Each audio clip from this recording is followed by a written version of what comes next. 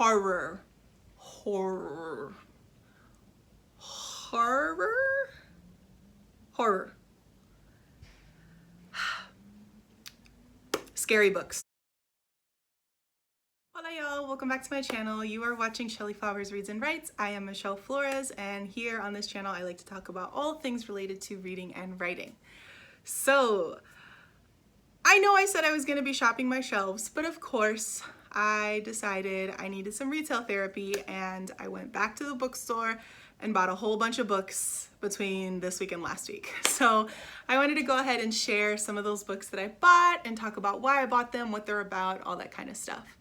Now, I also want to point out that this week there is a move to help boost Black authors up bestsellers lists, okay? So if you have been looking to buy some books and you're just not sure what to get, I highly suggest that you look into some books written by Black authors that you are interested in. I've got a few of them here that I'm going to share with y'all that I purchased. But just, take some time, do some research. I have other videos that I can link up in the cards as well that talk about some of my favorite books by Black authors. All right, so let's go ahead and get started. First up, we have Felix Ever After by Kaysen Callender. Now, this book I purchased with the intention of reading for this weekend's Juneteenth Blackathon, and this is a book about a Black trans boy who I believe he's just trying to find some love and find some acceptance in the world. I'd be lying if I said this wasn't primarily a cover buy, because I think this cover is really beautiful, but I'm also excited to read it this weekend. Another book by one of my favorite Black authors, we have The Poet X by Elizabet Velasquez. This book is not new, it's definitely been out for a while now, but I have only listened to the audiobook, and I love Elizabet Velasquez's work, so I'm excited to actually dive into this book in physical form. Her performance on the audiobook is so strong, I highly recommend it. All right, next up we have a craft book, and this is Poetry, a Writer's Guide and Anthology. I found this book on Elizabet Velasquez's Instagram. She is a Boricua poet based in New York City. I think now she lives in Jersey though. But she is awesome in terms of finding resources about poetry. She does a lot of workshops. She has a Patreon, things like that. She also has a book that's coming out in 2022. So I picked this up because she mentioned that this was a book that was really helpful to her. I am actively writing a novel in verse, and I also have a poetry manuscript that I'm currently sending out to contests. So this book is going to be something that I refer to as I go through that process of writing a book of poetry while also editing and sending out a book of poetry. Okay, so speaking of Elizabet Velasquez, this is another book I saw on her Instagram that she recommended, and this is Not My White Savior by Jaylin Lee. So I don't know too much about this book. I just know that it's poetry and the topic seems very relevant for this time. I think a lot about this concept of being a white savior. I joined Teach for America, which has a reputation of being a bit of a white savior organization. So I think for me, this is a way for me to check my own privilege and my own understanding, but also read some really good poetry in the process. And I believe Jaylin Lee, yes, she is Korean. So I have been making it a goal of mine to read more work from Asian authors, and this will help with that process as well. Continuing on the poetry lens, we have The Mermaid's Voice Returns in this one by Amanda Lovelace. So I debated getting this book because I know that her style of poetry isn't necessarily my style of poetry, but I jumped the gun and decided to go ahead and buy it because I have heard good things from people who like this book, and I'm also writing a novel in verse that is partially about mermaids, and so I think this would be great information. I'm also going to be reading it for the Mermaid Readathon that the Brightside Girl hosts, and I'm going to link one of those videos down below because I just need more mermaids in my life all the time. Okay, next up is another backlist title. This is Refugee by Alan Gratz.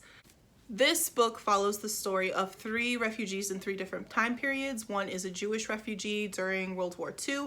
Another one is a Cuban refugee during the boat lifts in the 90s. There were a lot of what we call balseros, basically people who were traveling on rafts and boats and by any means necessary to get to the US because there was a huge famine essentially going on the island. And then the last part, I believe, follows a Syrian refugee. Yes, so a Syrian refugee, which that crisis has been going on for a few years now. And so getting to see experiences from these three different perspectives will be really helpful. I want to say that this book is fiction, although I know it's probably researched really well, so I don't think it's based off of any one person's experience, but I think it does, from what I've heard, do a good job of explaining that experience through a child's eyes. Okay, next up we have The Silent Patient by Alex Michaelids. This book I actually did not buy. My cousin and I did a book swap, which was really fun and something I hope that we get to keep doing. But I sent her my copy of Becoming by Michelle Obama, and she sent me this book. I've seen this book a lot on BookTube and Bookstagram and Goodreads, so I'm excited to get into it. Okay, next up we have a chapbook of poetry called Despojo by Tatiana Figueroa Ramirez. So I heard about this author through the Dimitri Reyes Poet channel. I'm gonna link the interview that he did with her down below because I think that interview is really powerful, and she talks a lot about her experiences of being an Afro-Latina and just diving into the writing field as a Afro-Latina. I think that identity is being explored a lot more, but it is really challenging because so many people, I think, have such a narrow view of what Latinidad is, including Latinos, right? Like, we tend to view Latinidad as a very white or white presenting identity. And so I'm excited to dive into this book because I think it'll be really interesting. And I love the title. This boho is like a cleansing. So I think, you know, and it's so funny. This like picture kind of reminds me of like the coronavirus. So who knows what this is going to be about. Okay, next up we have The Haunting on Hill House by Shirley Jackson. So Kay Spivey and I think we might be doing a reading of this in the fall. We casually brought it up in our videos, but I bought this because I love any of the movies or TV shows that have to do with this book. I'm obsessed with them.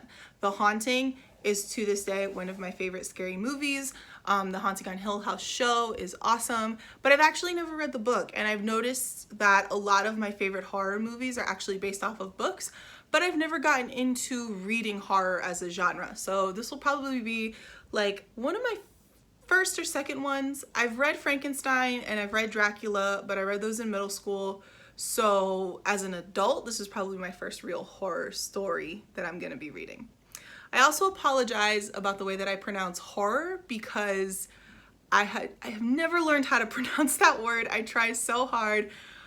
I think it's because my mom was from Brooklyn and she had that Brooklyn accent, and then, you know, being in Miami, we have like a weird mix of like Spanish and English as our accents, and so horror.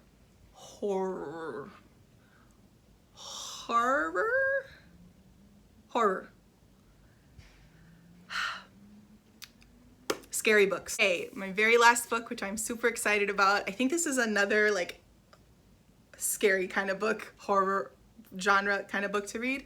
Incendiary by Zoraida Cordova.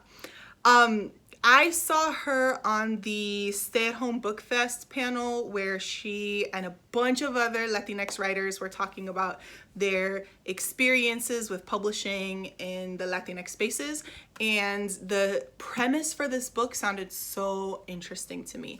Pretty sure it takes place in like medieval Spain, just around the time of the Inquisition.